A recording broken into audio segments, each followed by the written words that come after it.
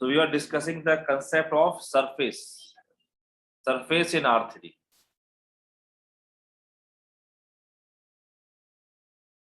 So what is the idea of surface? क्या idea था भाई? Who will explain?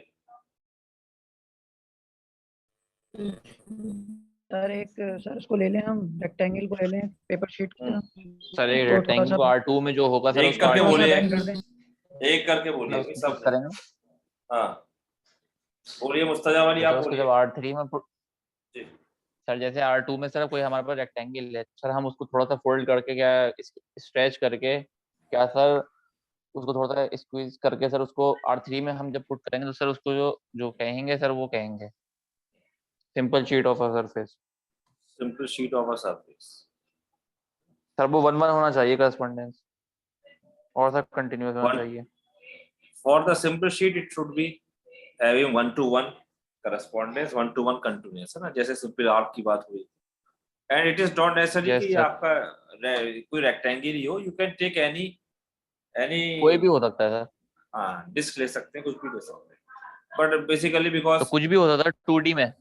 हाँ कुछ भी ले सकते हैं 2D में फिगर, कुछ सर्कुलर डिस्क ले लीजिए आप या कुछ वैसा स्ट्रिप ले लीजिए। लेकिन क्योंकि हम R2 में हमें मालूम है कि वहां पर हम लाइन का कंसेप्ट ले रहे थे कि लाइन को हमने मैप किया है ना कर्व के लिए, तो हियर वी आर टेकिंग कि you have a rectangle suppose here in R2 where it has some length, suppose u lying between A to B, it has some breadth V is lying between C to D. So through a continuous map, if I am taking this through a map, some map F, which is your continuous 1-1 map, and I am mapping it in R3, so I am you can see deforming it like this, so it will become a surface now. ठीक, तो यहाँ पर जो points हैं, here some points is there, suppose you have some point A1, B1, so it will be mapping here through this FA1, FB1 है ना, जिसको हम यहाँ पर सब U1, U2 कह सकते हैं। So this is the simple sheet of surface है ना। If F is 1-1 continuous, then I will say it is a simple sheet of a surface. And cylinder is not a simple sheet of surface, you know है ना। As I told you कि like you have a rectangle, you are just stretching or you are just squeezing or you are maybe bending है ना, इस तरीके से bend कर दिया आपने, but you are not pasting corners to each other, क्योंकि उसमें 1-1s आपकी 1-1s will be just right there, तो 1-1s को रखने के लिए I will have to take in this way है ना, या I cannot tear something, कुछ बीच से हमें इसका कुछ एरिया निकाल दें, it is not like that. So the definition of a surface, and as I told you, because now it is in 3 dimensions, so the parametric equation I can represent by this. If you have this is the origin, so in this coordinate frame I can represent this R is equal to R of U1, U2. It is the parametric representation of a surface, and you can understand because parametric representation of a curve was R is equal to R U1 या RT था, so here you will be having 2 parameters because you are increasing 1 dimension by 1 है ना. So what will happen here? Also you have to add 1 more parameter. This is clear? Yes sir. Okay. Okay. Yes sir. So जी sir. So the sir जी बताइए sir कल आपने वो लिखवाई थी equation z is equal to x square plus y square, वो paraboloid की होती है क्या? जी नहीं, parabola z is equal to x square plus y square जी पैराबोलॉइड जी यस ठीक ये था है ना, ये पैराबोलॉइड होगा आपका when x y 0 z is 0, it means it is passing through the origin, it will be upward paraboloid like this. 3 dimension में है ये, 2 नहीं है ये, इस तरीके से ये X Y Z, X Y Z, ठीक है, इस तरीके से it's a paraboloid. Okay, advance calculus से like about लाइक अबाउट ये जेड एक्सिस बाउल इसकी बाउल एक्सिस है, bowl sir bowl like bowl जैसे बाउल है आपका vertex at the origin. Okay, it was a paraboloid. So these things you have already studied in your advanced calculus. आप सब चीजें भूल गए, लेकिन एडवांस कैलकुलस में जब फंक्शन ऑफ सेवरल वेरिएबल पढ़ाया गया है आपको, वहां पे सब चीजें आपने पढ़ी हैं। इसके ऊपर खूब एग्जाम्पल हम डिस्कस करें पैराबोलाइड के ऊपर, ठीक है। थॉमस कैलकुलस से जो आपका सिलेबस था, अगर आपको याद है, आई डोंट नो, अगर आपने उसे लॉकडाउन में पढ़ा तो भूल गए होगे, क्लास में पढ़ा तो शायद याद हो थोड़ा बहुत। So a surface sigma, and I'm writing a definition of a surface. A surface को हम यहाँ पे सिग्मा से नोट करेंगे, आपकी स्टैंडर्ड नोटेशन है सिग्मा से। सिग्मा इज कॉल्ड, देखो everything you will see, most of the things will be same we have discuss for curve, only because we have increase one dimension, तो उसको बस अब हम R3 के अंदर देख रहे होंगे फॉर अ सरफेस, है ना। वहां पर हम कर्व के लिए देख रहे थे for R3 in R3 a curve, now we are seeing a surface, so only the point is you have increased one more parameter, है ना। and definitions you will see here now, a surface sigma is called of class Cn, जैसे वहां पर आपके class Cn का था curve, है ना, of class Cn if every point P of sigma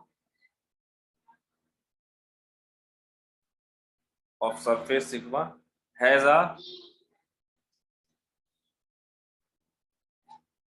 a neighborhood in sigma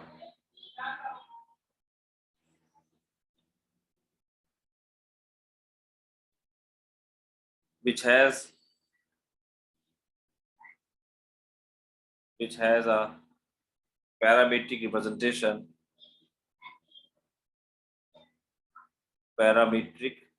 representation R is equal to R of U1 U2, and I am using something in the upper script U1 U2 where R is a function of class Cn. R is a function of class Cn. R अगर आपका function of class Cn है तो we will say that your surface, है ना, हर point के लिए, हर एक point आप for every point you are having your R and it is a function of class Cn. अब class Cn means what? Cn class क्या बताया था?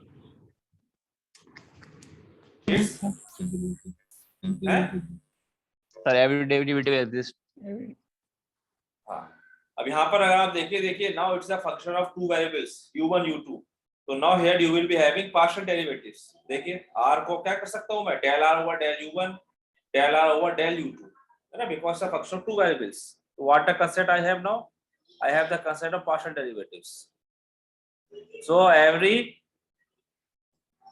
nth order partial derivative exist and continuous. Cn means क्या है कि order the derivative up to order n exists and continuous also, so we say that a function is of class Cn. Okay, so R is a function of class Cn means what? The partial derivative or order n exists and continuous. अब order n के क्या होंगे इसमें, del 2 u over del x, del 2 r over del u1, del 3 अगर n order की बात करूं मैं तो del 2 r over del u1 और del 2 r over del u1 del u2, है ना, क्योंकि मिक्स डेरिवेटिव भी आएंगे सेकंड ऑर्डर के। तो these should exist and continuous, then we say that it is a class Cn. Okay, is it clear? बताइए आगे चले। Yes sir.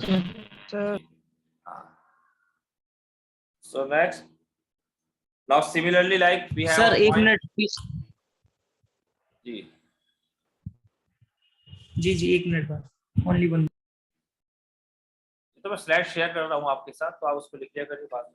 सर अगर तो लिखा सर जो राइट आपसे लिखा है point of sigma has a nod है ना sir, nod. Neighbourhood, neighbourhood is Okay, sigma, not नहीं है, नेबर नॉट क्या है, नॉट कुछ वर्ड नहीं है, कोई वर्ड में अगर शॉर्ट में लिखता हूँ तो उसे वहीं बोल देता हूँ, इसलिए neighbourhood, NBD is the short form of neighbourhood. ठीक है, अब ये शॉर्ट फॉर्म किसी बुक में नहीं है, आई एम राइटिंग हियर, इसलिए मैंने NBD लिख दिया नेबरहुड शॉर्ट में। अब ये रिप्रेजेंटेशन है तो REPN लिख दिया है। चलिए चले भाई, आगे हो गया फैजान? जी सर, जी सर, जी sir. So a point P naught in the, now if you remember we have singular point in the curve. Singular point क्या था? A curve is regular if your R dot T is 0 not equal to 0, not equal to 0 है ना, हमने Not बताया था। हाँ, your first derivative should be not 0, then we say that curve is regular, and where this R dot T is 0, that point is called a singular point of the curve. So here we so here also, yes, so here we have a point P naught is said to be a regular point. Suppose I have a point some P naught point है ना, belonging to the surface sigma. तो इस P naught की values क्या होंगी? P naught को हम ऐसे लिख लेते हैं, P naught जो होगा आपका, suppose it is U01 U02, और इससे थोड़ा सा एलोबरेट कर लेते हैं। Suppose your P naught is a point, इसके कोऑर्डिनेट अगर मैं ले लूं U01 and U02, is it clear? तो U1 U2 तो पैरामीटर है आपके, और ये U01 U02 का अलग पॉइंट होगा। जैसे अगर मैं इसको U भी लेता तो U0 V0 लिख देता, लेकिन I am using the representation U1 U2. So this point belonging to sigma surface, this is called, this is said to be a regular point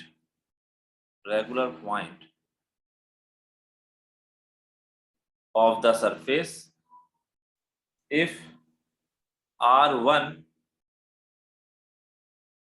U01 U02. What this means, what is the mean of R1? R1 का मतलब क्या है? Derivative, partial derivative, हाँ है ना। R1 का, yes, R1 का मतलब होगा del R over del U1, okay. और अगर हमने पॉइंट रख दिया तो इसका मतलब at the point U01 U02। Notation simple वही नोटेशन है जो आप F के लिए यूज करते हैं पीछे। F1 का मतलब del F over del X।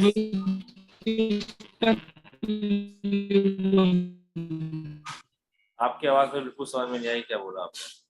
Mohammad कौन बोल रहा था? R1 क्रॉस, बोला सर अदीब।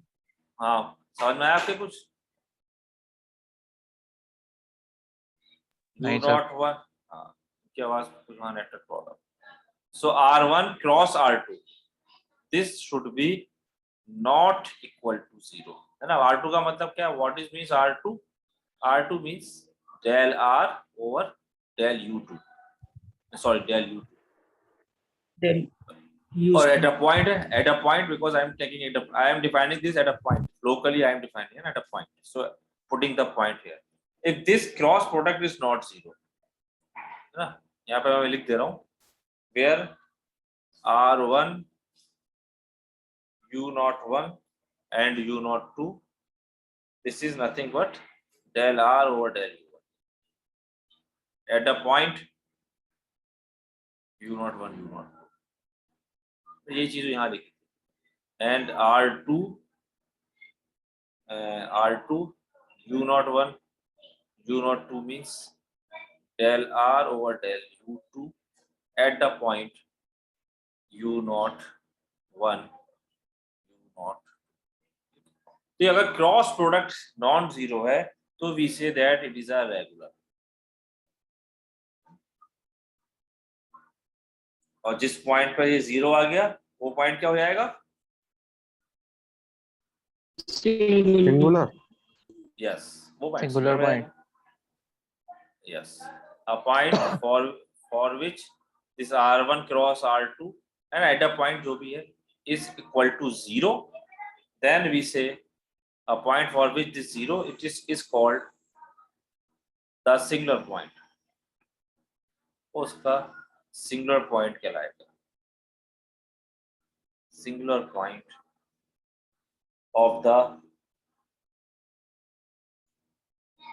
surface.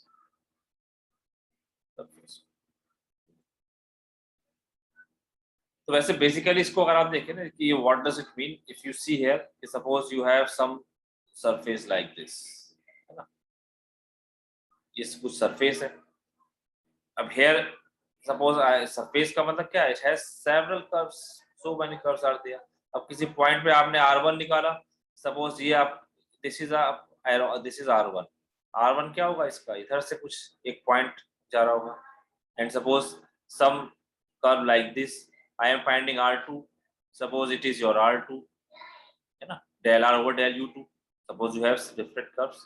तो del r over del u1 होता क्या है कि you are fixing your curve. del r over del u1 का मतलब क्या है, u2 will treat as a constant.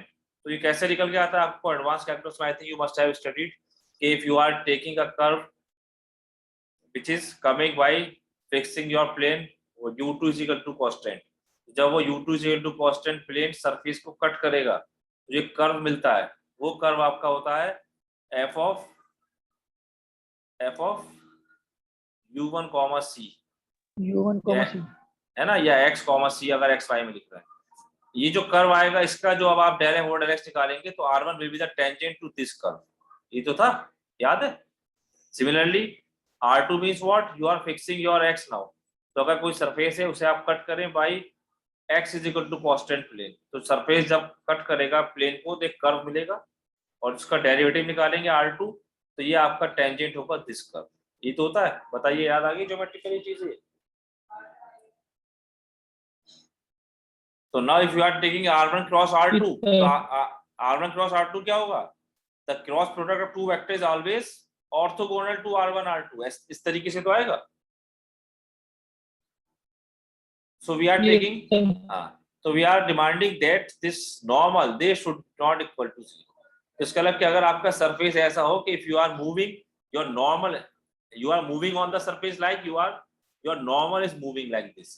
तो अगर नॉर्मल मूव कर रहा है तो ऐसा कोई पॉइंट ना आए जहां पर ये कुछ इस टाइप का पॉइंट, कुछ कॉर्नर या ऐसा सरफेस ना आ जाए खराब सा, जहां पर आपके पास ये normal, you can not define the normal, two normals आ गए या ऐसा कुछ हो गया है ना.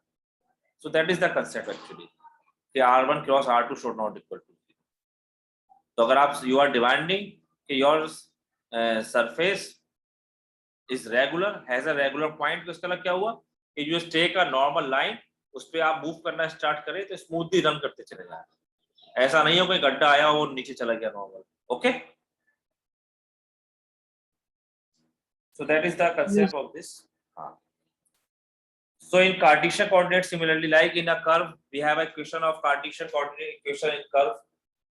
लिखते थे ना वहाँ पर x r is equal to x y z में लिख दिया करते थे. Same thing we have in Cartesian coordinates. In Cartesian form.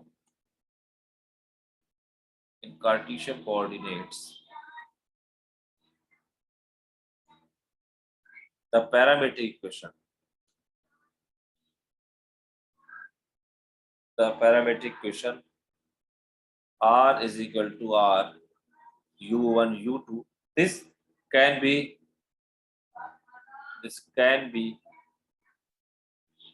written as, अब Cartesian में you will be having your x y z, so I can write x is equal to x of u1 u2, and x is a function of u1 u2. y I can write y is a function of u1 u2 and z is a function of u1 u2. ये लिख सकते हैं. But जैसे उसमें क्या होता था, x is xt, y is yt. ये किसमें था आपका, if you remember, in 3 dimension the space curve parameter में, है ना, ये कार्टेशियन में. अब यहाँ पर 2 पैरामीटर्स हैं, t की जगह I am using u1 u2, so you can write in Cartesian form like this. So if it is this, so the curve equation r will become now it will become x of u1 u2, y of u1 u2, and z of u1 u2. This is the Cartesian representation. So now if we denote, तो अगर del x, अब x आपका function u1 u2 का देखो, तो अगर हम del x over del u1 ले रहे हैं तो इसको सपोज मैं x1 से रिप्रेजेंट कर दे रहा हूँ, है ना, वही standard notation x1, 1 is in the suffix, and del x over del u2 को suppose I am representing by x2. Okay, similarly y1 will be what, y1 का मतलब क्या होगा, del y upon del y over del u1 or y2 del y over del u2. yes, and in the same fashion you can write that. So now if we denote by this, then if I want to find what will be r1 cross r2, I am checking in Cartesian form what is r1 cross r2. So you know r1 cross r2 is a vector, so I can write I j k. okay, अब r1 कितना है, r1, इससे अगर मैं r1 निकालूं x1 r1, x1 so I can write x1 y1 z1, है ना. So r1 cross r2 में क्या लिखेंगे, I j k and coefficient of r1 मतलब वेक्टर, तो it will be x1 y1 z1, coefficient of r2 x2 y2 z. okay, so in that case determinant will become like this, है ना. तो r2 कितना हो जाएगा, ऐसे ही r2 will be means with respect to second derivative, so direct you can write x2 y2 z. x1 y1 z1 का मतलब क्या है, x1i plus y1j, इसको मैंने आपको बताया it is the notation of this vector, याद है, x1i plus y1j plus z1k, इसको मैं ऐसे भी लिख सकता हूँ. So now I want to find r1 cross r2. So when you will take, just expand it with respect to first row. So this will be a coefficient of I. तो मैं अगर ब्रैकेट फॉर्म में लिखूं से, तो coefficient of I is how much, y1 z2 minus y2 z1. okay, then with respect to j minus sign, तो minus sign के साथ आएगा x1 z2 minus z1 x2, minus को अगर एडजस्ट कर दे तो क्या हो जाएगा, what it will become, z1 x2 minus x1 z2. Last term बताओ भाई आप में से कोई, what is the last term, x1 y2 minus x2 y1. x1 y2 minus x2 y1. x1 y2 minus y1 x2. ठीक है, x2 ठीक है बस, okay, x1 y2 minus x2 y1, है ना. और if you see, can I write this, इसको अगर मैं डिटरमिनेंट फॉर्म में लिखूं, can I write this y1 z1 y2 z, ये तो लिख सकता हूं मैं भाई. आई हाइड किया तो it is determinant, second Yes, j sir, j yes. j को हाइड किया तो I can right z1 x1 and z2 x2, क्योंकि माइनस साइन से इसलिए. और थर्ड आपका coming when you are hiding the k row and k column, so determinant, ये determinant है, ये x1 y1 x2 y2, ये लिख सकते हैं, है? अब आप देखिए ये जो आपका फर्स्ट टर्म है ये क्या है, बट दिस फर्स्ट जो डिटरमिनेंट लिखा है y1 z1 y2 z2, क्या ये, can I write this as del of yz upon del of u1 u2, क्या कहलाता है ये, what is called, Jacobian. Jacobian. Yes, it is called Jacobian. इसको अगर आप ओपन करेंगे तो इसको ओपन करते हैं तो इसका वैल्यू यही होती है ना, del y over del u1, del z over del u1 और del y over del u1 del z over, ये इसकी वैल्यू होती है जैकोबियन की. ये y1 वही तो है आपका, है ना, इट इज द जैकोबियन. ऐसे अगर Yes. 3 वेक्टर होंगे तो 3/3 की आपकी मैट्रिक्स बनती, डिटरमिनेंट बनती है ना, 2 है तो 2/2 की बनती है. ये इसकी वैल्यू होती है जैकोबियन की. ये आपने जरूर पढ़ा होगा, आई थिंक नहीं पढ़ा है. और Yes. डी में पढ़ा. हाँ, ओडीए पढ़ा definitely Jacobian. So this, it means what, I can write that means R1 cross R2 can be written as in terms of Jacobian also. The first term will be what? Del of yz upon del of u1 u2. Second term was del of zx. Second term क्या था? है ना? Determinant था. Zx upon del of u1 u2. And similarly, I can write the third term del of xy del of u1 u2. So in terms of Jacobian, I can represent this, and I can say that if your curve is regular, so R1 cross R2 should not equal to 0, है ना? तो वो 0 कब नहीं होगा? जब इनमें से at least one Jacobian is not zero, है ना? So in terms of yes, so in terms of Cartesian, I can say that your curve is regular at a point if it's at least one of the Jacobian is not 0. कम से कम एक ना हो, सारे ना हो तो और अच्छी बात, ठीक है? So here we can say hence for a point on the surface sigma to be regular point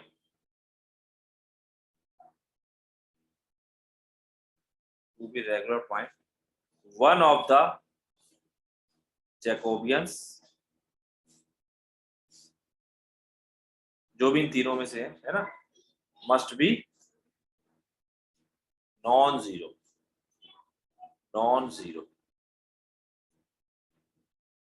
ठीक है सर, ठीक, ये non-zero होने चाहिए.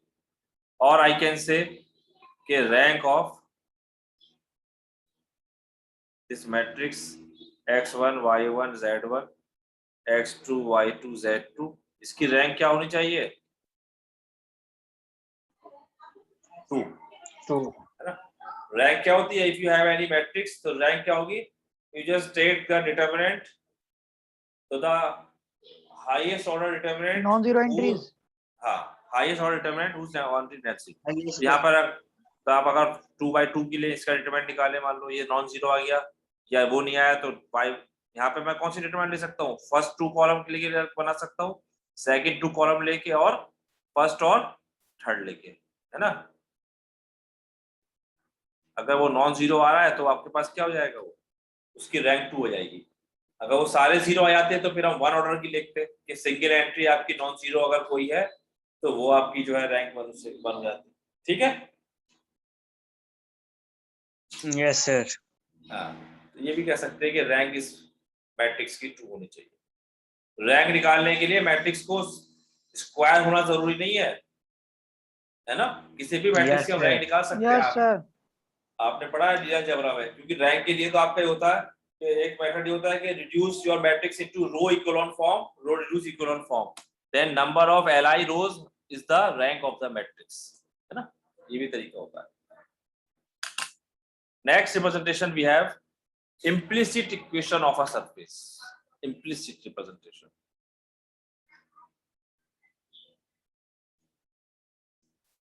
Implicit equation of a surface.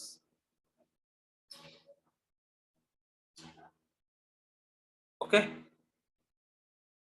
But there are two things. एक तो explicit होते हैं कि आपका कोई भी चीज you can write explicitly. जैसे आपने सिंपल लिख दिया y is equal to x square, है ना? It is your explicit form. You are writing y as a function of x, but this is not always the case. You may have like this: y plus log of xy is equal to suppose some x square. अब यहाँ पर I cannot write y is equal to some. Can I write it? sir, we sometimes- cannot separate two. हाँ, so sometimes it happens that we cannot write. So this is your implicit representation, है ना? Implicit representation. Now there is a result that every explicit equation can be written as implicitly. Her explicit को मैं ऐसे अगर मैं fxy लिख दूं मान लो, तो ये y minus x square is equal to 0. So every explicit can be written as implicitly, but converse need not be true. Every implicit cannot be written explicitly. Then there is a theorem, the implicit. Yes, sir. एक theorem है the implicit function theorem कि किन functions को हम explicitly लिख सकते हैं, तो that is a different thing. बस मैंने एक आइडिया दिया आपको, है ना, ये explicit implicit. So if your curve is, your surface is given in implicit form suppose, then what will happen, how I will do it?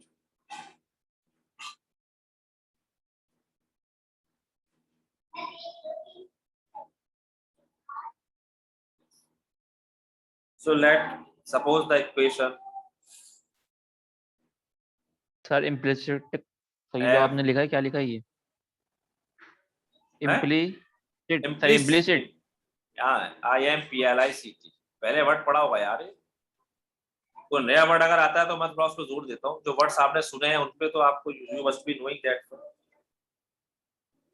ठीक है। So the equation fxyz is equal to 0 represents, suppose इसे 1 कर दूंगा, this, ये क्या लिखा है मैंने, ये क्या है, रिप्रेजेंटेशन। रिप्रेजेंट्स की शॉर्ट फॉर्म है, मैं थोड़ा शॉर्ट में लिखते रहूँ, अगर आप क्या तो पूरा लिख सकता हूँ, ठीक है। जैसे ये इक्वेशन है, ये रिप्रेजेंट्स, मैं बोल भी रहा हूँ इसीलिए कि जब आप मेरा लेक्चर देख रहे होगे तो सुन भी तो रहे होगे। So the equation represents a surface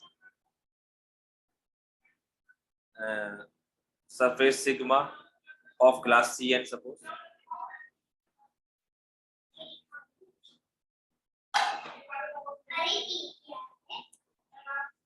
तो ये अगर एक्सप्लिसिट इक्वेशन है, क्लास Cm या Cn ले रहे हैं तो इसे ऐड कर दीजिए, of class Cn provided implicitly, है ना, इम्प्लिसिटली, यहाँ पर ये इम्प्लिसिटली है। इम्प्लिसिटली का मतलब क्या हुआ कि ये जो z होगा, ये z will be some function of fxy, यहाँ पर जो z है, अब ये z क्या हुआ, it is again some function of fxy, I can not separate z, तो z भी कुछ फंक्शन ऑफ xy होगा। तो this represents implicitly a class, a surface of class Cn provided, एक तो ये fxyz जो है आपका, it is a function of class Cn होना चाहिए, this is a function of class Cn, means इसके और order partial derivative should exist and continuous, and at least one of the partial derivatives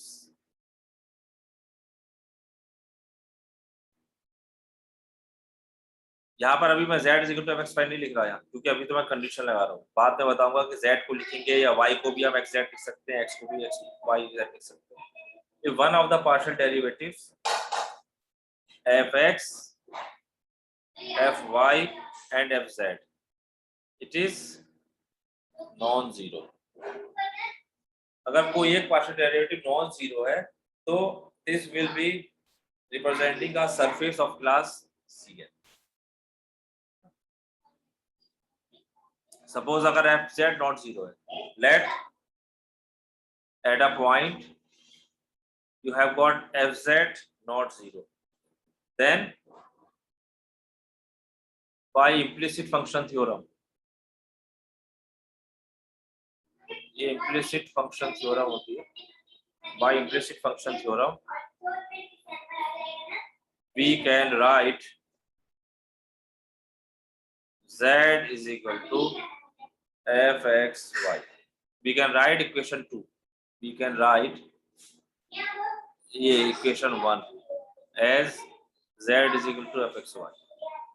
अगर आपका fz not zero है तो उस case में ये जो 1 इक्वेशन थी आपकी, इसे मैं z is equal to fxy लिख सकता हूँ, है ना, हमेशा नहीं होगा ऐसा पॉसिबल, ओके। तो ये 1 and 2 representing the same space, same surface, only the point in this form you can write only when fz is not zero, या जीरो का लिखिए, sorry not zero। Similarly if you want suppose, similarly अगर fy not zero है तो this 1 can be represented as y is equal to F of x Z. तो ये same surface represent करेंगे ये, ओके। और ये सेम, जैसे अगर मैं कोई इम्प्लिसिट इक्वेशन में लिखना चाहूँ, सपोज इसी में प्लेन की इक्वेशन लिख दूं, F of X Y Z, X plus Y plus Z is equal to 0। Suppose it's a plane passing through origin, ठीक है। सो माय क्लेम इज कि अगर एफ जेड नॉट 0 है तो I can write z is equal to F X Y, और ये same represent करेंगे। अब देखो यहाँ पर एफ जेड कितना है, 1 नॉट 0, तो यहाँ पर z को मैं क्या लिख सकता हूँ, ये लिख सकता हूँ। अब ये और ये क्या है, सेम रिप्रेजेंटेशन है। Is it clear? Yes, sir. So in this way I can find this. So it is a implicit function theorem. So that is an implicit equation of our. Now if you want to write in terms of implicit, so now suppose the vector r1, अब I want to find r1 cross r2। तो देखो अब इसमें आपके पास x क्या है, x is u1, can I write x is u1, y is u2? तो z will be become function of u1 u2। इस केस में अगर आपका सरफेस इस फॉर्म में है z is equal to fxy, तो यहाँ पर xy can work as a parameter, है ना, xy can work as a parameter. तो अगर मैं x को u1 लिख दूं, y को u2, तो z क्या हो जाएगा, f of u1 u2। Yes, sir. तो आई कैन राइट r, जो आपका r था x y and z was fxy, अगर इम्प्लिसिट लिख रहा हूं ना। तो ये ऐसे ही है कि x is u1, ये वही है u1 u2 and f of u1 u2, ये मैं लिख सकता हूँ अगर you are writing in this form implicit. Now what is r1? So r1 will be what, simply with respect r1 का मतलब कितना हो गया, 1 0 and f1 xy, f1 xy मतलब del z over del x, है ना, बोलिए। Yes, sir. Yes, ये z है ना, क्योंकि z है। What about r2? 0 1 and del z over del y। कोई टाइम कम है, हाँ क्लास एंड होगी तो I will continue in the next class. Now what about r1 cross r2?